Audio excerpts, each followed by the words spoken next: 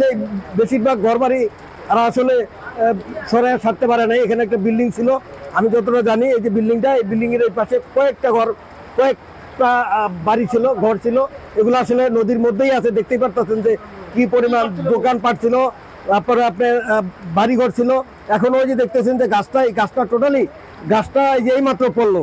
এখন এটা যে কই যা ঠেকবে আসলে আমরা আসলে সত্যিকারই অসহায় হয়ে যাবে। ত্রিপারে যে অবস্থা, এটা অনেক ভাঙন বা অনেক দিন ধরে এটার জন্য অনেকে আবেদন করা হইতেছে। এটার জন্য বলছে, একাধিকবার বলা হয়েছে যে এটা বন্ধ ব্যবস্থা করা হবে, এবং তো করা হয় নাই। না করার কারণে এটা এখন অনেকগুলো বাড়ি ঘরের ক্ষতিগ্রস্ত হয়েছে, আমাদের অনেক ক্ষতি হয়ে গেছে।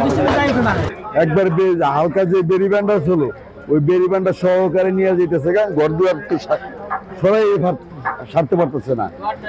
আপনি দেখতেছেন, দেখেন কি পরিস্থিতি, দেখেন।